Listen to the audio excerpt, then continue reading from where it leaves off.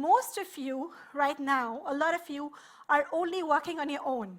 And the first thing that happens when you start getting more people in your team is that you have to manage the transition, which is a bit tricky. Because what happens is that you have been working in isolation for so long, and suddenly you have this member or this team member which you have to manage. And that becomes, I mean, you would say how difficult it is to manage a team, right? I mean, if it's just one person or if it's just two people, how difficult would it be?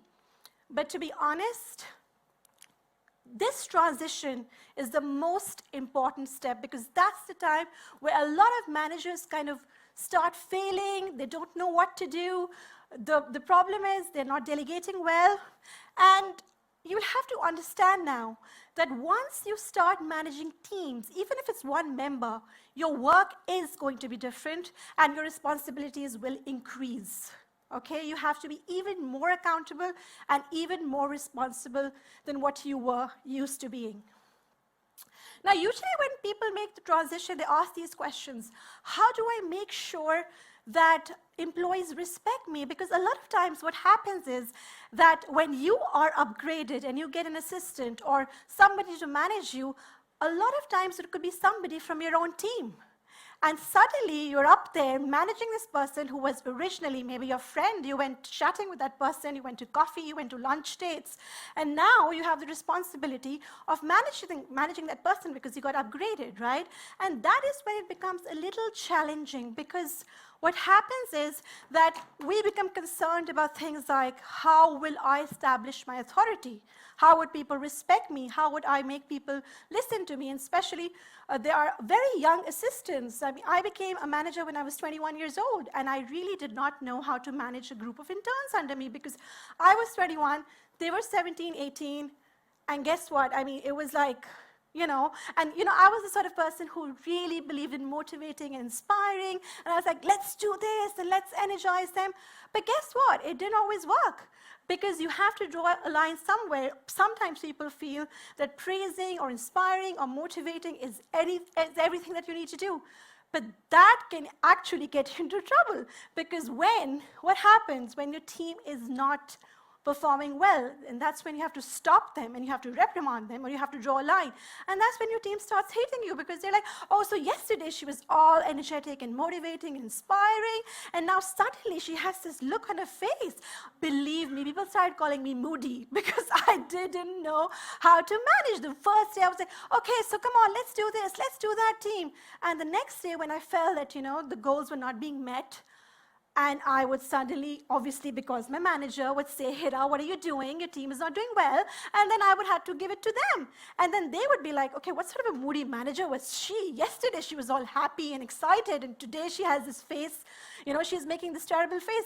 So it's very important that when you're managing your team, you have to, first of all, the very first thing is, think of a manager which motivated you, right? What are the characteristics of that manager which really, really inspired you or which really helped you? Because that is going to help you in what?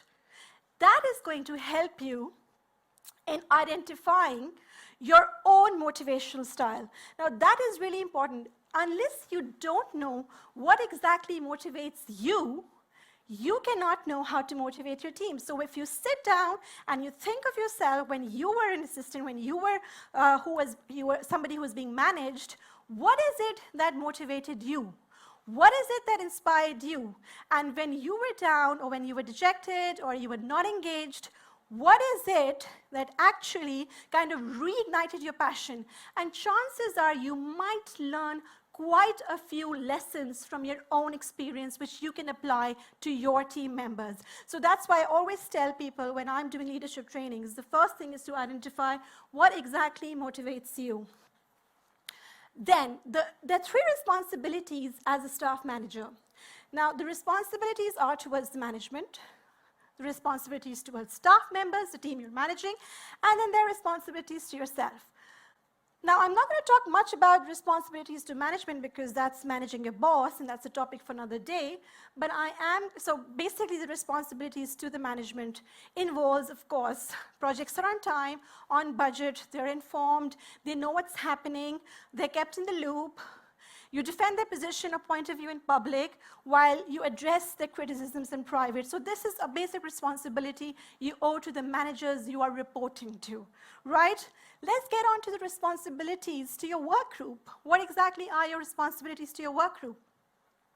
Give them the support and recognition in public and address criticisms in private. This is the most important thing. I'm sure most of you know that, but sometimes we tend to ignore this, and we are not very good in noticing the good things, but we are very quick to point out the bad things, right? So just take a moment to identify the good things that your team members are doing and give them support and acknowledgement publicly, and make sure that you only address the criticisms privately. Provide a fair and consistent interpretation of rules and regulations. It is very, very important that you're very transparent about the rules and regulations from the outstart. And number 3 is give them opportunities to grow and develop, provide a safe environment, and of course, promote good communication. Now, this is something which I am going to discuss here, and I know you have really touched upon this. Now, this is something which really applies to women. Now, I have been training and coaching in Asia, Middle East, Europe, North America, South America, and last year I earned the title of an international coach and trainer because I had access to women across the globe. And I did a challenge, because I'm writing a book, sorry, not a challenge. Why do I keep saying challenge? So I did a survey, and I asked 300 women about the top 5 challenges which they face in their work environment.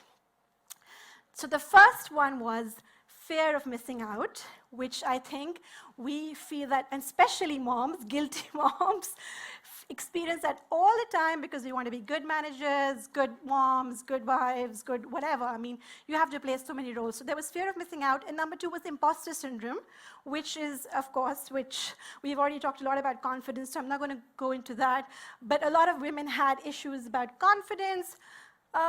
But you have to understand that when you become a team manager, and especially when you are a newly appointed manager, you have to understand that you deserve this. The reason now that you are managing a team member is because you earned that success. It wasn't handed over to you because of luck. It wasn't handed over to you because somebody was being nice or kind or because of X, Y, Z. It was handed over to you because you deserve it. So that's the first thing which you need to know. That's the first responsibility which you owe to yourself. Own your success. Own your role as a manager. Number 2, delegate. Now, one problem, and this is one of the challenges which was actually quite prevalent, one of the answers which was actually quite prevalent was that women find it very difficult to delegate. Why? Because women are traditionally perfectionists. We love doing everything perfectly. Yes or no? Yes, absolutely. So we find it so difficult to delegate, and the excuse we give to ourselves is, oh, well, you know, maybe the team member doesn't do it that well. This is an important project. Maybe I should do it myself. Maybe I should do things on my own. But the problem is, because of this perfectionism, we overwhelm ourselves with tasks which have ordinarily or ideally been delegated. And that is something which is a major thing. We need to let go of perfectionism. We need to let go of fear of missing out because we don't want to miss out on different opportunities. We want to do everything. I want to attend my son's sports club. I have to go there. I have to go running, attend his judo club. I have to come and finish this assignment. I have to be a very good manager. Yes. You have to be, which is fine, but you have to understand that when you're being a very good manager at work, you might be bypassing your role as a mother. Or when you're being a very good mother at home, you might be bypassing your role as a manager. So it's okay not to have it all, right? And that's another responsibility which you owe to yourself, to understand that it's okay not to have it all. Learn from failure, and do not brood on your mistakes for too long. Because again, another thing which we as women managers do is that we ponder on criticism for too long. There'll be 10 compliments, but we are going to look at the negative compliments, and we are going to think about it the whole night, and we're going to think about it the whole week, because why did I do this wrong? Am I right? Do we think about criticism a lot? Yeah? So, and then obviously, so this is something which I think women do not have a challenge, because women are really very committed to continuous learning, and they really invest in learning new things and learning new strategies, and of course, maintaining balance. So this is really important because, and the reason why I asked Nikki was that when I am training, I'm doing a gender-neutral training, like managing staff for men and women, I usually don't talk about these topics because majority of the people in my training were always men initially. But when women started coming into my trainings, I found it very important to highlight these challenges, that imposter syndrome, fear of missing out, perfectionism, these are all part of our personalities. And we have to manage the staff knowing what exactly do we give ourselves permission to. We give ourselves permission to fail. We give ourselves permission to know that you don't have to be 100% perfect all the time. Okay, so we've already talked about internal motivation. Now, these are the delegation sessions, which are very, very important. If you want, you can take a picture, or maybe I can forward the presentation. Now, whenever you are delegating a task as a team manager to a team member, no matter how big that task is, no matter how small that team is, or no matter how small that task is, you should always follow a pattern of discussing the objectives, the end results, the cost of delays. Now, a lot of time we tell the team member, okay, so, I manage a virtual team across the globe, and sometimes I say, oh, okay, I want it by tomorrow, right? A lot of time people should understand that, but because I haven't communicated the urgency, if you don't submit this by tomorrow, then I will get into major trouble. So I need to give this to my manager, discuss the cost of delays with them so that they know how important that task is. Does that make sense? Discuss the cost of delays, discuss the rewards. If there's anything which motivates them, that's even better, because of course, if that goal is linked to me somehow personally, then I will be more motivated. So as a manager, find a way to link that goal to that person's personal goal so that person is more motivated towards achieving it, right? Deadlines are important. Deadline 12th of May. Okay, what time? Morning, afternoon, evening, GMT, Eastern time. What time are we talking about? Be as specific as you can get. Quality standards. Does this have to be very perfect? I remember when I started training, I used to spend hours in making my PowerPoint presentations, and literally I was so exhausted by the end of it that eventually I realized that, you know what, people didn't even care about the slides or the graphics or anything at all. They were more important in hearing what I had to say. They were more interested in that, right?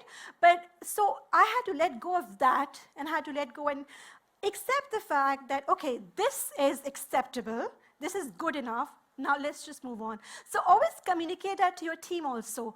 Does this have to be extremely perfect from all angles, because obviously you're submitting this to the board, or does it have to be good enough? So there's a difference between perfect and there's a difference between good enough. Most things in our day-to-day routines would actually be quite okay if they're just good enough. They don't need to be perfect. Does that make sense? Okay, so does that make sense? Yeah. Okay. All right, so budget is important. If it's something which involves the budget, do identify the budget and the resources. What kind of resources are involved? Is it individual, in terms of people, in terms of finances? What exactly are the resources involved? So as a team manager, it's really, really important that when you're managing your staff, you identify these 7 things, and then okay, so I'm going to talk about this very briefly. When you are setting goals, a good idea would be to set goals which are, so you must have heard about SMART goals, right?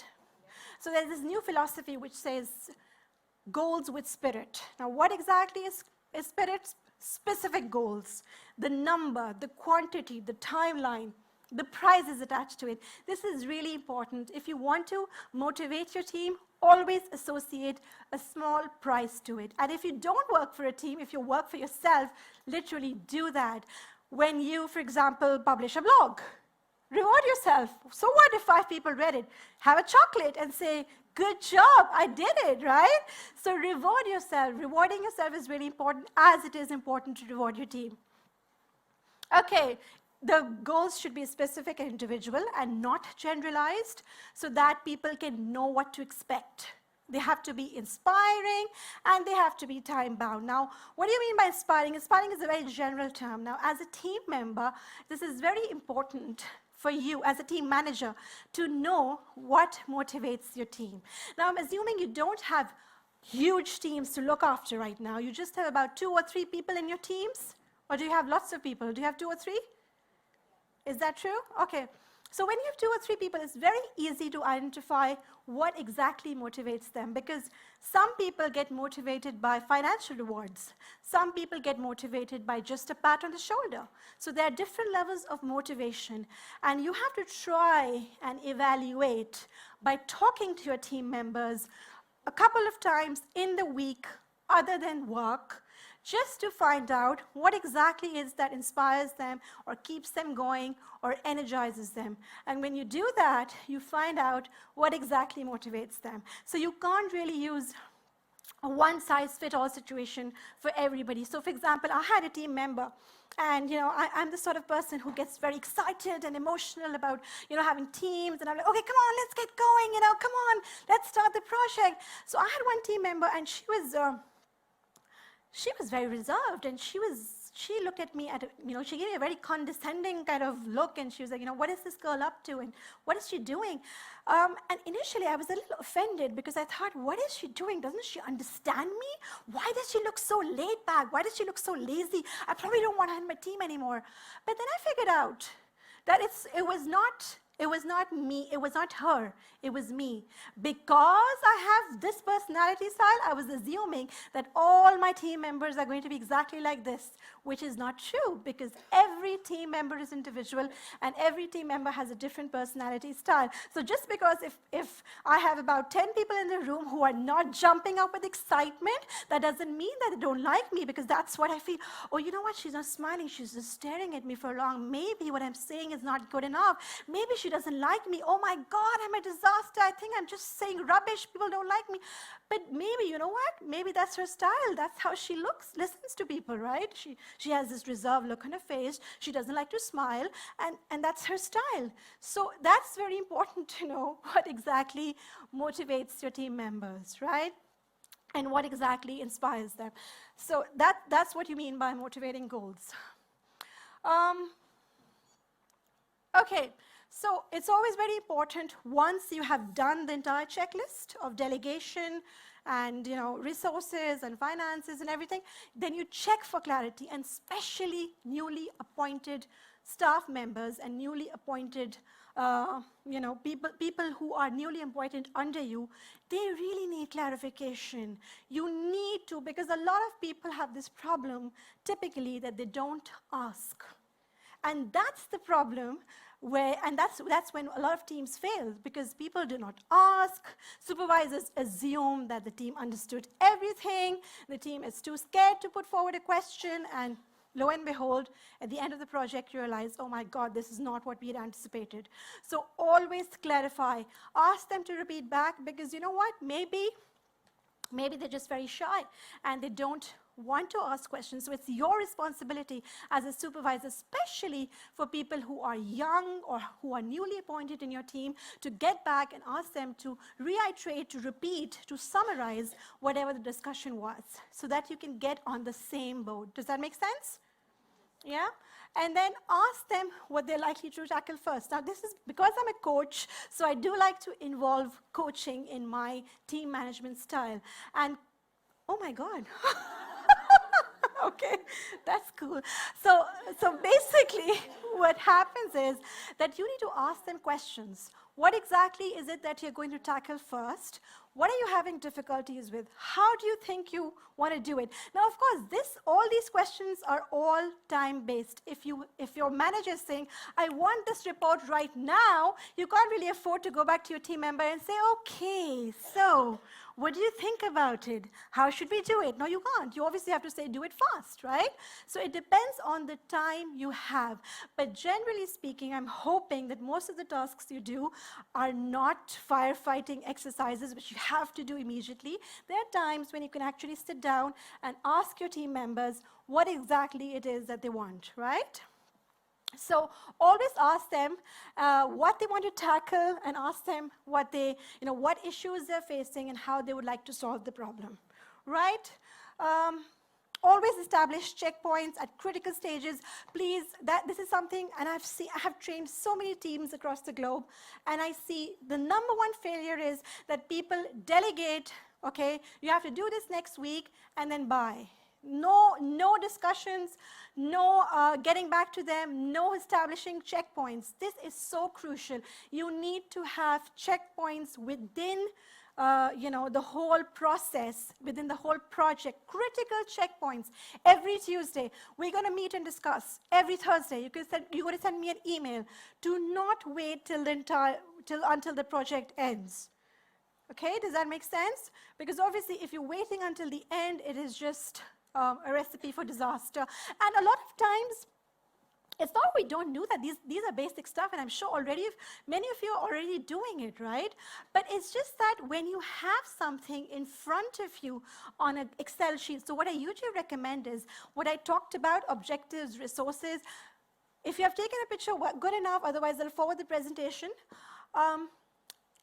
Write them down and very quickly review them mentally. Have you covered all these when you're delegating a task to your team? That is going to really help you. And when you have them written down, then you don't have to rely on your memory, because the memory doesn't always work, right? Because as women, we have hundreds of things on our minds, so we wouldn't really remember the process. So establish checkpoints.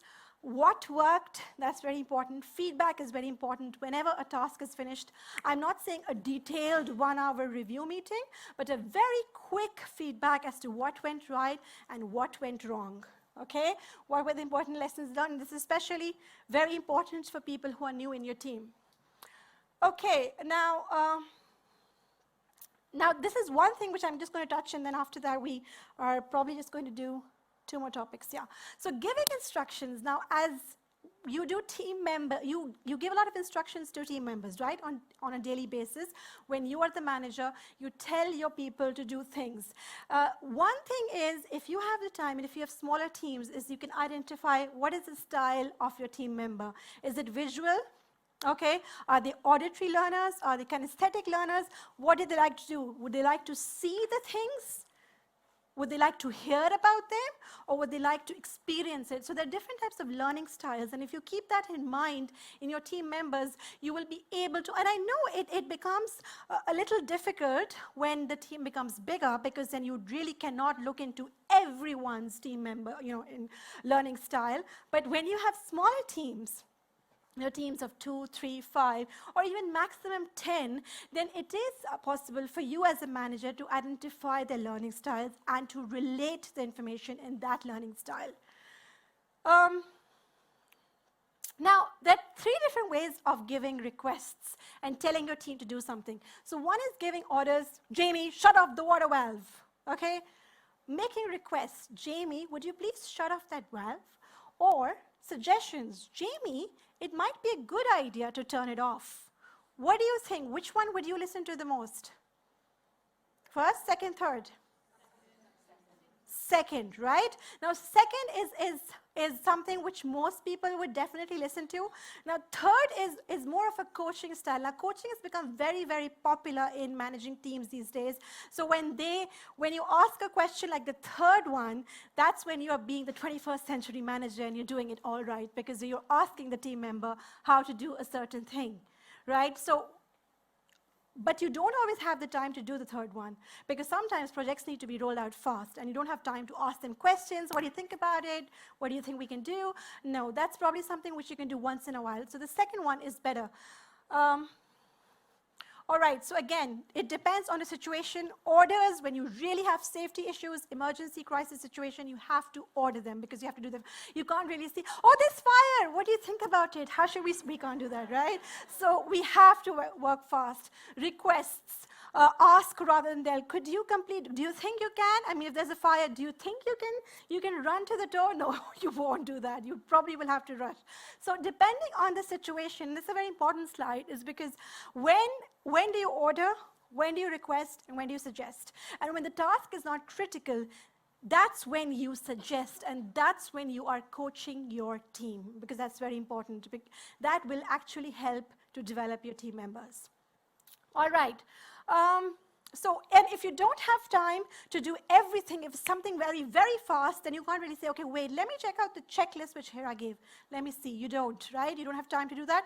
So quickly do the 5 W's. What, where, when, how, who. Okay? Very quickly go with that of any project that you're delegating so that people know what your team member knows what to expect or what is expected out of him or her. Right? Okay. Yeah, so this is something which I've already discussed. So yeah, there are lots of planning aids which you can, and I'm right now I know I'm addressing assistants, so who could do better planning than you people? So I really do not need to get into this.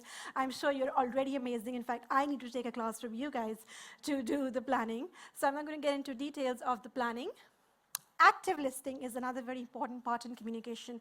You have to listen. You have to listen with the intention to listen, not with the intention to reply to this. And sometimes we often do that. We're in a hurry. So when we're listening to the team member, we are not really interested in listening to what that person is saying. You're really actually just formulating your own answer in your mind. So that's what you are not supposed to do as a manager, unfortunately, because you have to do active listening. You have to look at the body language. Body language is important. Trust me, trust me, trust me, especially when you have new team members. Please do not scare them. Please look at your body language. Don't frown. Don't do this, because every action which you do has an impact on your team member. And imagine this young 21, 19, 18-year-old girl who's coming under your team, or somebody who's just new, who's coming back to work after a long time, and you're, furrowing your brows or thinking. It's very important to evaluate your facial expressions, because a lot of times people are like, oh, you know what, she doesn't look in a good mood today. I think I should not ask her anything. And how do we know that? How do we know that as team members? Because we are constantly judging facial expressions. So unless it's absolutely necessary, try and keep a check on your body language, the way you're talking, or supposingly your team member is explaining something, you're like,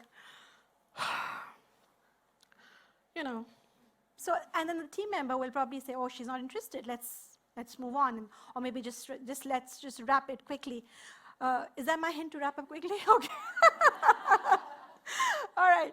So yes, so questioning is very important. Body language is important in communication. Active listening is important, and questioning is important, because questioning is when you ask open questions or close-ended questions. And as a team manager, you always recommended to ask open questions. Okay.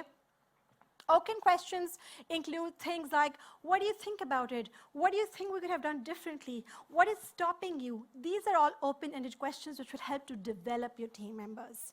So if you just don't want to delegate and give feedback, but also develop your team, which is a very important responsibility, you are encouraged to ask open questions.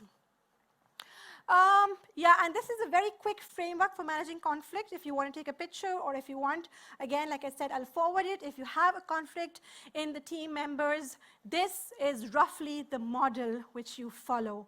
Ask, acknowledge the conflict exists. Never tell the team manager, oh, you are just a difficult person, or you are just bluffing, or you are totally rubbish.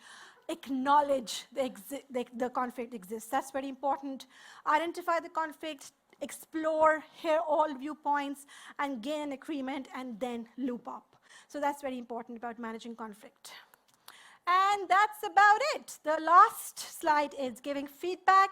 Whenever you're giving feedback, make sure it is private, it is balanced. Have you heard of the sandwich approach? Start with the good, then the bad, and then end with the good, right? And there are lots of different feedback models, but this is the one that's important. It's specific, it's documented, don't rely on verbal communication, and it's personal, it's individual.